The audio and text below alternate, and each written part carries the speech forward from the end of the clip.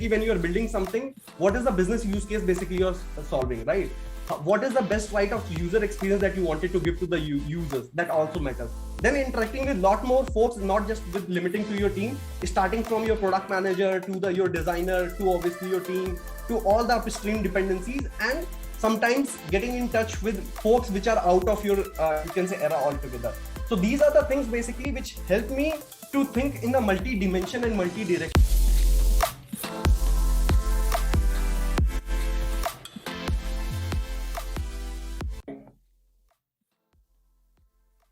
Good evening, everyone. I, Udit Gupta, welcomes you all to the another series of the podcast powered by Growjunction. Today we have Mr. Chirag Goel as our special guest, who is currently serving as a senior software engineer at Microsoft. Hello, sir. How are you? Hey Udit, thanks, very thanks for calling me over here, and I'm glad to be part of the Growjunction podcast. And yeah, Good to I'm hear, doing sir. great, man. Yeah, So, how was your day? How was your weekend? it was awesome. I had some couple of plans. I executed it well.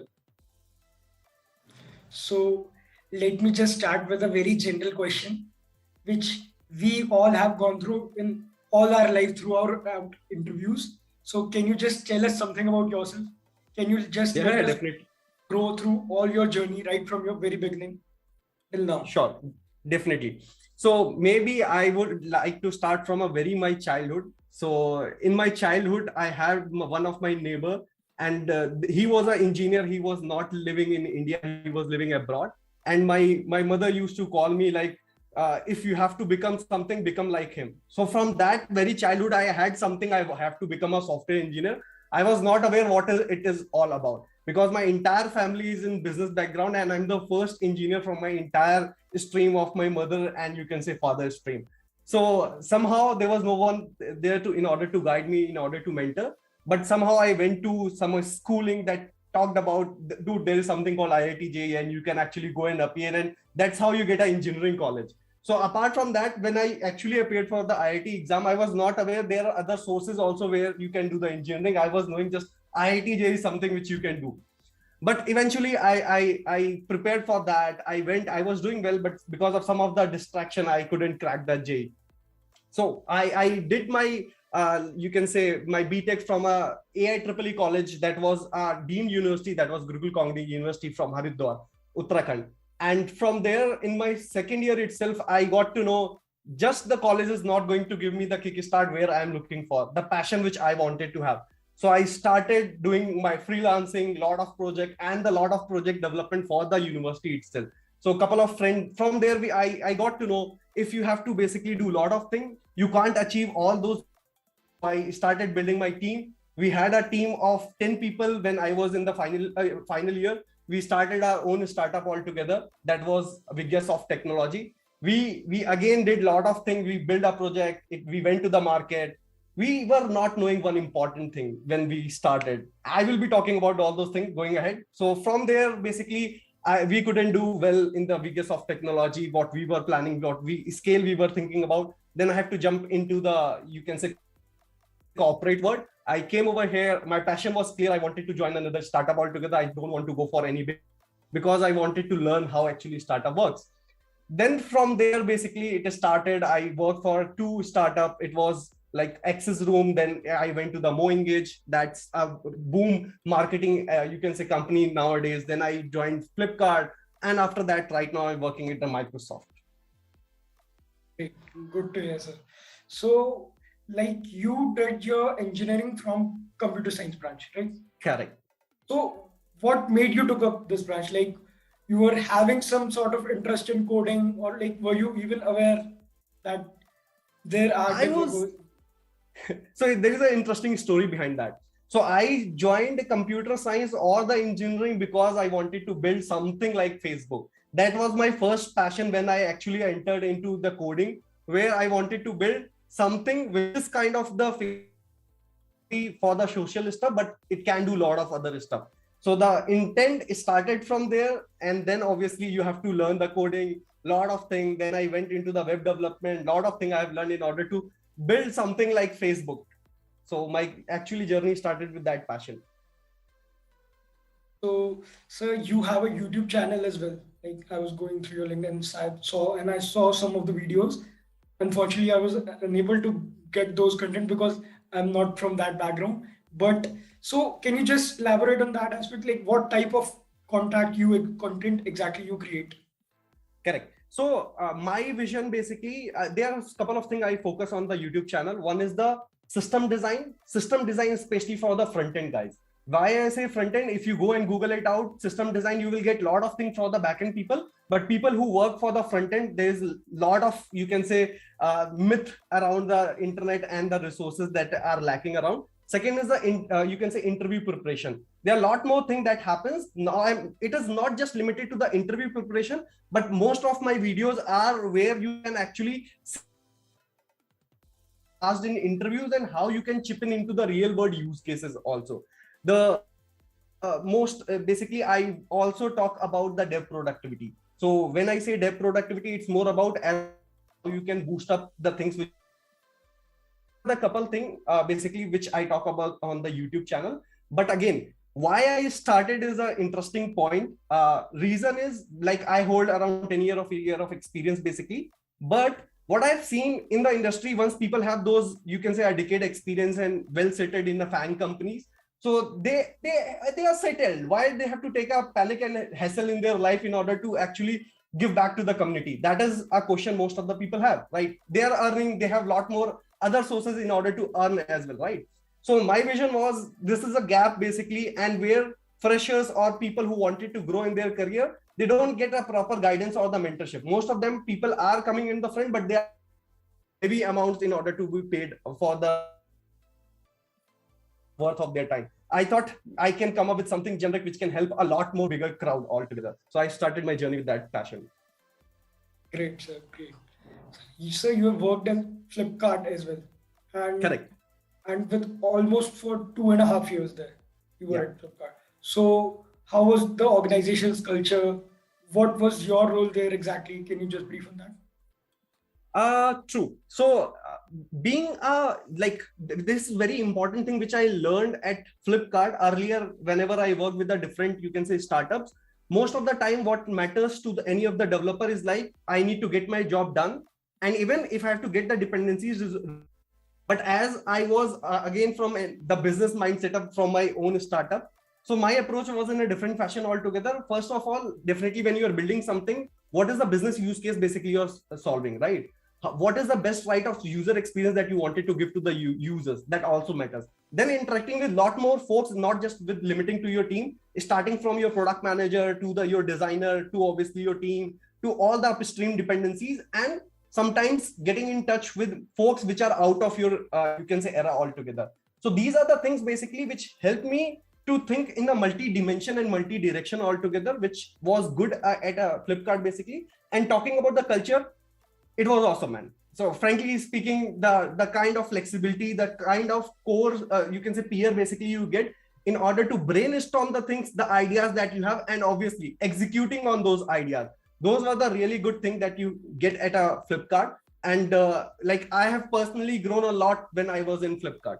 So like post Flipkart, like you worked at that startup, like it was your own startup. You told about that you were No, so after that, actually, I helped a couple of, you can say, companies. Among them, there was a Geekster. I helped them to set up their academics part of that.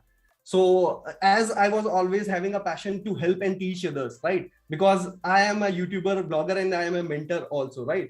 So I thought, let's use my passion somewhere, so where I can upskill those things and probably I can help more and more folks. So I took that opportunity as a part-time, where I help them to set up their curriculum, how things will work, how the batches will scale, how the curriculum is going to scale, how the students can actually get the jobs basically, right? And what is the right set of thing, how a particular thing should be taught to a particular student. Most of the time, generally what happens, the companies look forwards, getting the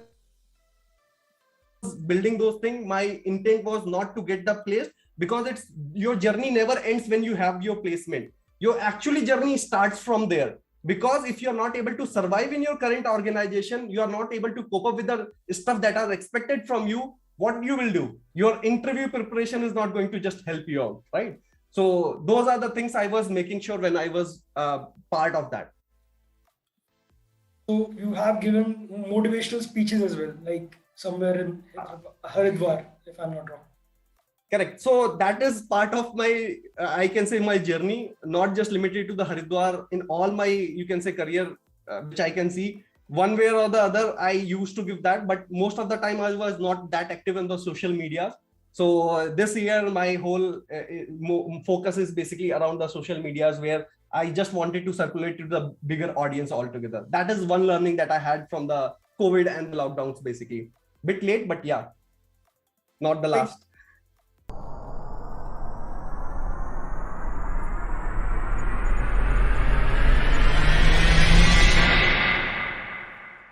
You yourself like mentioned that you have helped some platforms like Greek stuff. You were an academic head, you were there. And so like, is EdTech the future?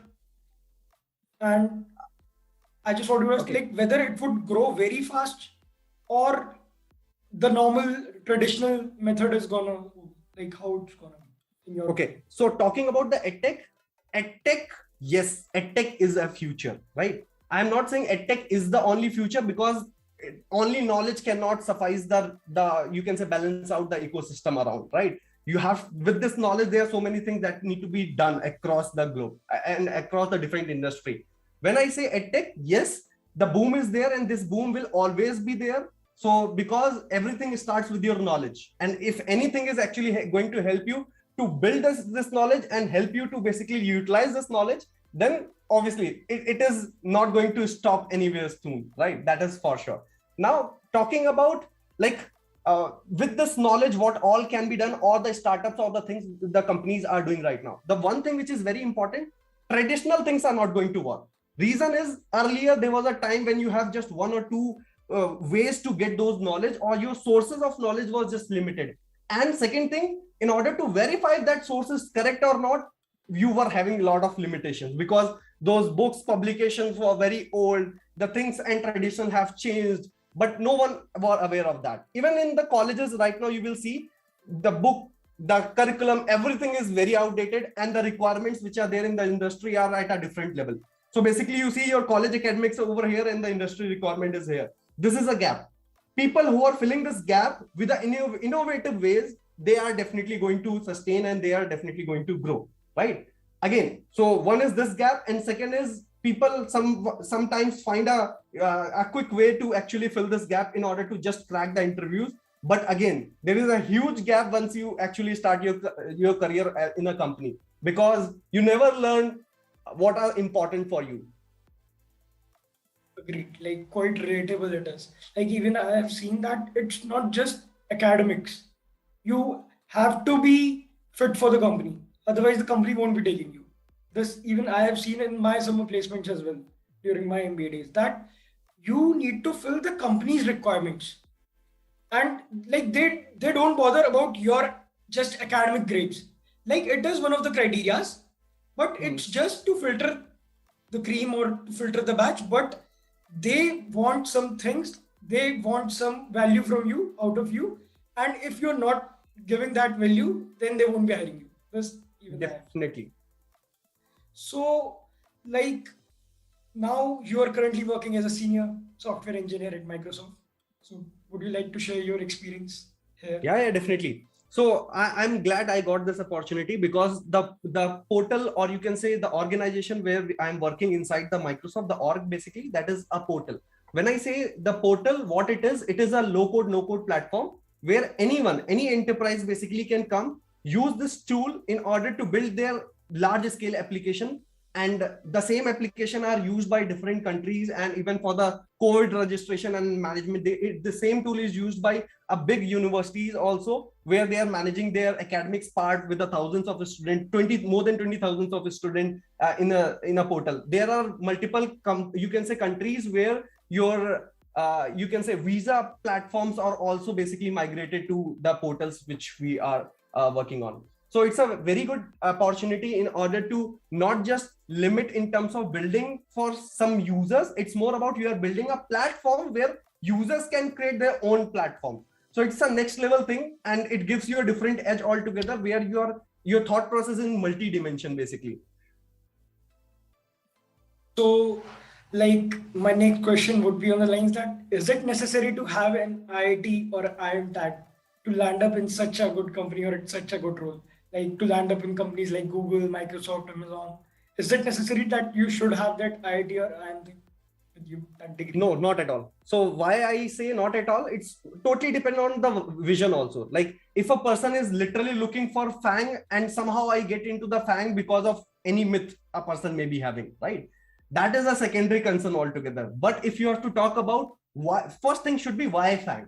When basically I do mentor to any of the student, the whole intent is you have a lot of options. Like you have a startup, you have big MNCs, you have FANG. Like if you wanted to go into any one of them, you should be very clear why I wanted to join, right? So if people are looking for, yeah, I just want a big tag altogether and I just want a settled life. I need a work-life balance. I need a good perks altogether. And I wanted to settle for a longer duration. Most of the time people look for, okay, I wanted to go for a FANG. Most of the time, the option in order to get a FANG is you should be having a very strong DSA algo skills, right? And people start for a race for that. I've seen a lot more colleges, a lot more students who has a race for that, going for a competitive examining, only DSA, DSA, DSA. There are people who are able to chase that, but the problem stands, are you able to survive after that? Because you will find other students who actually are well skilled in a lot more thing in terms of the development also, and they have a good problem solving skills. They were able to qualify also. Now, once you cracked, you can say FANG companies, you will see a huge delta between a person who just knows DSA and a person who knows a development. Along with that, he has a problem solving skill. The person who has this combo is going to obviously scale up, get more promoted and more growth in his career instead of just looking for a DSA. Now, coming to like why these people are having, like why most of the people are having this FOMO and why this is not important altogether. Personally, I will suggest if you are a person who wanted to take a lot more challenges and you are looking for your, you can say, kickstart career where you wanted to explore a lot more interesting thing. You wanted to build something crazy altogether. I will suggest do join a startup once at least in your earlier career. Basically, why this is important? Because once you start your career in a startup or you join a startup in an early stage, you are more equipped to take risks and you are more equipped to give any number of hours basically in order to build something fruitful. And that is where you will see your real potential. Because what happens once you go with like really a FANG people, where people are like, your seniors are well skilled, they have a lot of more knowledge, you will directly get the directions. You will never face the taste of failure, right? That there will be very rare case where you will fail basically and you will learn from your failure. Your startup is one of the opportunity, one of the place where you will learn from your failure. So for me, I will just suggest go and taste at least once in your career a startup culture. That is going to help you a lot. And in terms of growth, trust me, you will see equivalent growth both the side, right? So anyone should not have that FOMO of other are chasing for a FANG, I should go for a FANG. And trust me, colleges are not a barrier. Why? As you started with, reason college are not barrier. I am mentoring multiple interns at Microsoft. Those are not from IITs or NITs, right? I have a lot of folks, colleagues with me. Those are not from IIT and NIT. And I myself have an example of I'm not from any IIT or NIT. So basically, it's more about, even if I wanted to join an IIT and NIT at the time of the college, that was practically possible, but it was more around, I was not chasing for that. It's more about what mind setup you have. Exactly.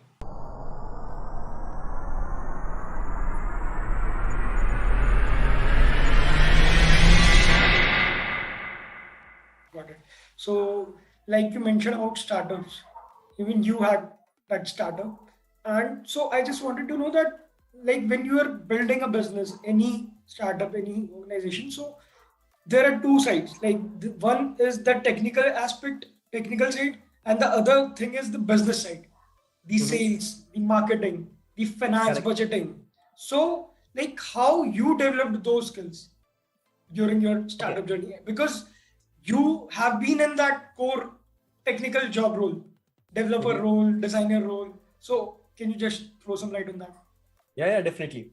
So few things I wanted to mention. One, before I start, I wanted to mention we were not able to scale our business. We were not able to do well in my business because we were not having that complementary skill set. Again, we all were engineer, we were all good at techie, and I was a person who knows a lot more business because I was from a business background altogether. So business is in my blood, sort of, right? Whatever I do, I always think about the impact, the business, the money that it can generate or the impact it can have, basically, right? So that was a thing. But again, there are a lot more things, as you mentioned. There is a sales, marketing, a lot more things are required in order to run a business, right? And that's where we felt we were lacking. And that's where we were also facing the difficulty in order to find out the right set of skills also, apart from the era which we were having. So that is one thing I personally feel. You get a lot more opportunities when you are in good colleges, basically, because it's easy to find like-minded people and the peers with a complementary mindset up. Once you are in a tier 3 colleges, the problem is it's very difficult to find the like-minded people having a different set of skills where they can club up, come together and build it. Now this problem is solved because you have internet and everything is digitalized, right? So finding like-minded people, there are so many communities which is going to help. Now, coming to back, you talked about me, right? So basically, as I'm from a business background, I have a lot more things from the business. Everything, as I said, starts from the business altogether. Whenever I'm developing something, I always think about how much users are going to be impacted by the things which I'm doing, or what revenue it can basically generate. It should be something impactful. It shouldn't be like I'm writing this piece of code and it is just going to satisfy my own you can see. So those things I generally prefer less as compared to building something which has more impact. Like Aju. So even our surnames tell that we have business in our name. Both of our surnames. Yeah. So lastly, I would like to ask you that what good companies like Microsoft, Google, Amazon, these companies look for in an engineer, like while they're shortlisting the resumes, or what skill sets they want from the engineers, and how current engineers and the upcoming engineers should work on those skills. Okay. So one thing I wanted to say, don't work on DSAs, work on problem solving. These are two different things. In a sense. One thing is like, you actually learn how to use all the equipments, all the tools. Then you try to find out the use cases where I can fit this particular tools, right? That is one mind setup. Second mind setup is you come and encounter the problem. Then you find out, okay, I know how to solve the problem, but in order to optimize, what sort of tool I should use so that it can be more performant and it can help to get your job done in a lesser time or with a less resources. That's how a problem solving mind setup basically works. So most of the companies are looking for a problem solver instead of a DSA, right? People have reached to that particular level and companies are aware of, like, people do mug up a lot of DSAs and that is not going to help when they join the company, right? So always work on the problem solving skill setup. That is must. Second is always have a proof of concept. When I say proof of concept, whatever domain you are, work on that, come up with some good work altogether that has created some impact. Try to avoid certain things, like avoid the race. When I say avoid the race, most of the colleges you will see same project, lot more people are working and same kind of thing they have done. No innovation, no creativity. That is not going to help. So avoid those things. Come up with your own creativity. It may not scale. That is completely okay. But that is something from scratch which is genuine, that you thought about, this is a problem which I can solve. Probably that is solved in a different fashion around the globe, but at least come up from a very zero. That is going to give you multi-dimension thought process. And definitely you have two things companies are good for you. One is your problem solving skill, and second is the proof of concept of whatever domain you are working on. And in terms of resume, most of the people do a mistake. They consider their resume as an own biography, right? So where people try to write all the things that they have done or they have worked upon. They have to focus upon couple of things. Like anyone who is actually reviewing your resume has hardly like 15 to 20 or 30 second max to max in order to peep into your resume, right? So what is that edge that you are providing in your resume so that it is eye catching and you can just convey from that 30 second, this is what I am, right? And in order to convey that in 30 seconds, this is I am, you have to be very precise. Although you can jot down a lot of things, but those important things that you wanted to highlight should be a highlighter in your resume, which is very important, right? Although I'm not going to talk about what are those things, probably maybe some next time, but these are very important things in your resume. Agreed. So coming to our last question. So like what I feel is pressure.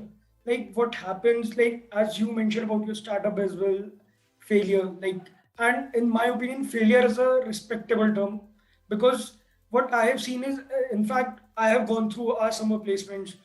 Like there were moments when my batchmates were able to crack some of the interviews I wasn't able to, and some interviews I was able to crack, but other batchmates were unable to. So there is some sort of demotivation, or I should say, some sort of self doubts, which get inculcated in an individual, and they started thinking like, why I'm not getting shortlisted, why I'm not performing well in the interviews.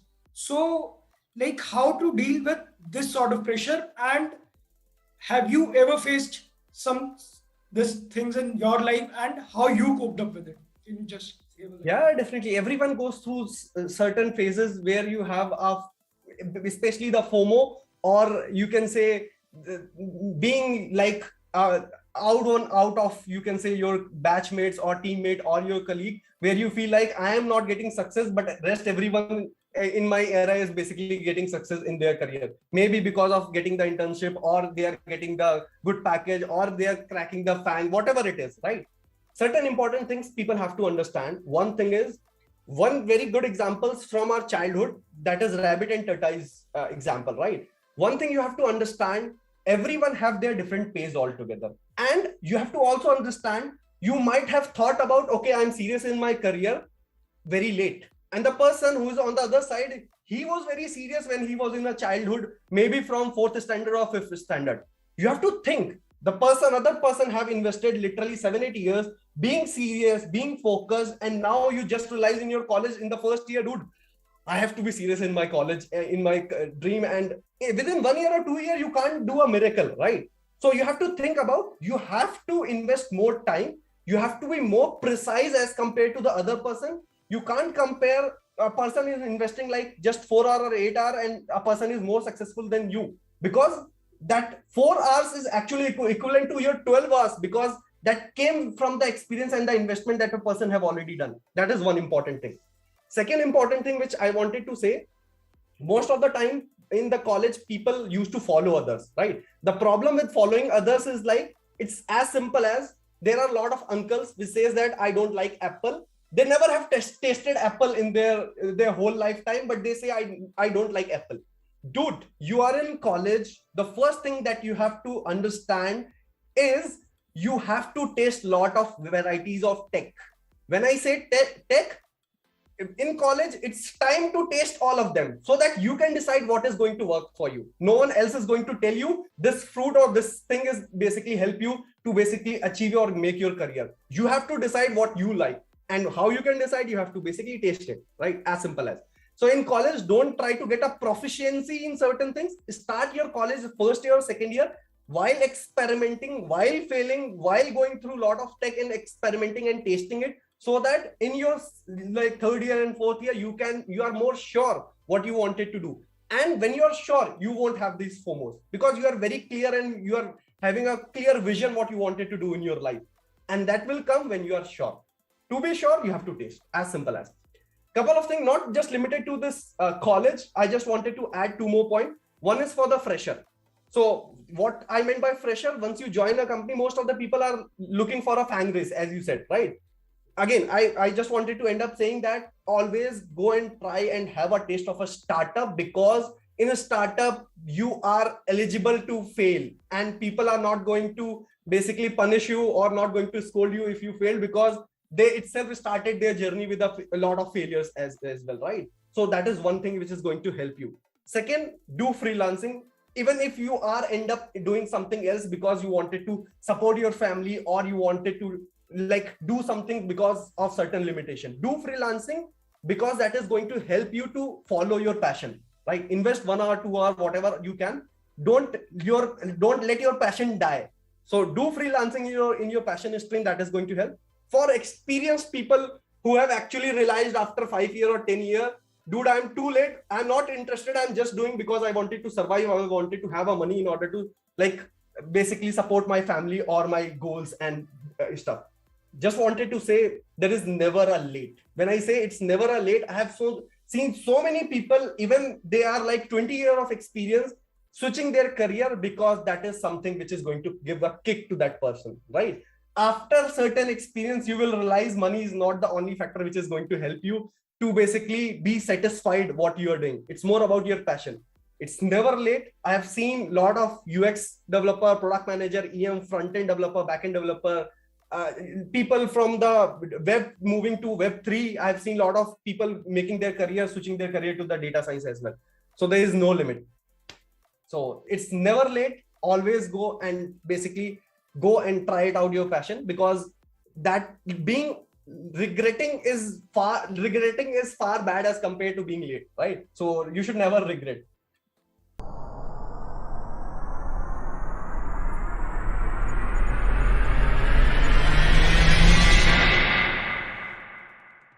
So, like, I can relate with every single word which was mentioned in the last 2 or 3 minutes. I completely agree with it. But just one point which I would like to mention here from my personal experience as well, that you mentioned that it's never too late. I completely agree with it. It's never too late. But what I have seen personally in my career as well, like if you are late by some time, then it's just that you have to put in a lot more effort at that time, which if you would haven't been late, you would have invested a less amount of effort, and then you would have like gotten the same amount of result for that. Like if someone is quite serious just after his 10th, and someone is getting serious after completing his engineering or MBA. So that gap of 6-7 years, like which you mentioned earlier as well. So the guy who's getting serious after 6-7 years, it's never late for him as well. But he or she needs to work a lot more than that guy who's serious right from the 10th. There is one thing which I wanted to add. So when you are experienced, right, there is a best part that comes with the experience. That is, even you are late as compared to the other person, which is 7-year gap, but you are experienced. You know what matters and what doesn't matter. You know what are the tools, what are the things that can help me to speed up this 7 years journey within a 1 year or 2 year. That skill set that you have from your experience. That's why I say you don't have to invest another 7 years in order to do what you wanted to do. There is your experience. Utilize your experience. Be more proficient on what you do. Don't compare yourself with a person who is just starting their career after the college, because there is a huge delta. You have experience and another person doesn't have. You know what matters and what does not matter, and the other person doesn't know, right? So you are always on a safer side. So your journey is not always -7 years or -10 years. It's hardly a year or 2 years effort that you have to make along with what you are working on. Exactly. It's very rare people have a hard stop. They can decide, okay, I am going to take 100% commitment on this particular new thing, which I'm passionate about, because that is very risky for most of the people. So people start as a side project and side learning, and then where they are confident enough, at least I can survive. They start with their passion and they grow it as an accelerator to 500x or 10x basically. So let's not go there, because like we are not exceeding on time. But like the thing which you have mentioned about that 100% commitment thing, even I have a lot of friends who did their engineering from decent colleges. Then they work for 3 or 4 years. They're having decent roles or on decent packages. But then suddenly they decided to go for UPSC. And for that, they quitted their jobs. And for some people, it was like the biggest mistake of their life. Because that 100% commitment, like if they would have cleared the examination, then it would have been like that, okay, he's an IAS officer. It was a right decision at that time. But like that thing that success justifies the means, what I have seen is like no one sees the amount of effort, the amount of hard work you have done. Everybody from outside judges you on the basis of your result. This is what I have personally even felt. Okay, for me, I have a slightly different vision for that. One is, you should always have a backup. why this backup is required. Most of the people, this backup is not required for self. It's for the one who we care about. It may be our family or anyone or society which actually bothers you. If they say that, dude, you are not doing anything, and it literally matters to you, right? For your surroundings, you should always have a backup. But even if you fail, personally, I say, even if you fail, you are satisfied. Why you are satisfied? You know, I tried and I was not capable enough for that. You won't be regretting when you are on 60s saying that, dude, I was eligible for the UPSC, but I didn't try, and you are telling this story to your kids and daughter or son, right? Doesn't matter. So it's like, I tried and I couldn't succeed because maybe it was not my area altogether, right? So that satisfaction is something which will help you to motivate and give you 100% on the other side, right? I've seen people who keep on working on their corporate thing. They wanted to do some UPSC or they wanted to go for other. They are not giving their 100% on either side. It's more about, I go and test it out and I realize, dude, मुझसे नहीं होगा, right? And then you finally decide कि, dude, this is only thing which I have, let me give 100% over there. At least that is far better than just giving your 20% here and there and not doing anything. Agreed. Okay. So that answers all of our questions. So sir, thanks for being our guest today. I hope you would have also being hosted by me. I really enjoyed. Actually, I really enjoyed talking about these things because I really wanted to make an impact. I want people to come out of this FOMO because I realize after a year, money is not the only parameter that is going to help you. Although money can help you in a lot more things, but again, money is not going to give you satisfaction. Trust me, you will be sitting in some resort or in hilly area or in some countries inside your jacuzzi, but then you will realize, dude, what I am doing, right? And that is one single moment which will make your entire past couple of years as in worth. Like, it is not of any worth altogether, right? So if you are doing your passion, that is more than enough. Even you will be having less, but you will be satisfied, and that matters a lot, which I personally feel. Sir, absolutely, I agree with it. So sir, thanks for being a guest. Again, thanks for coming.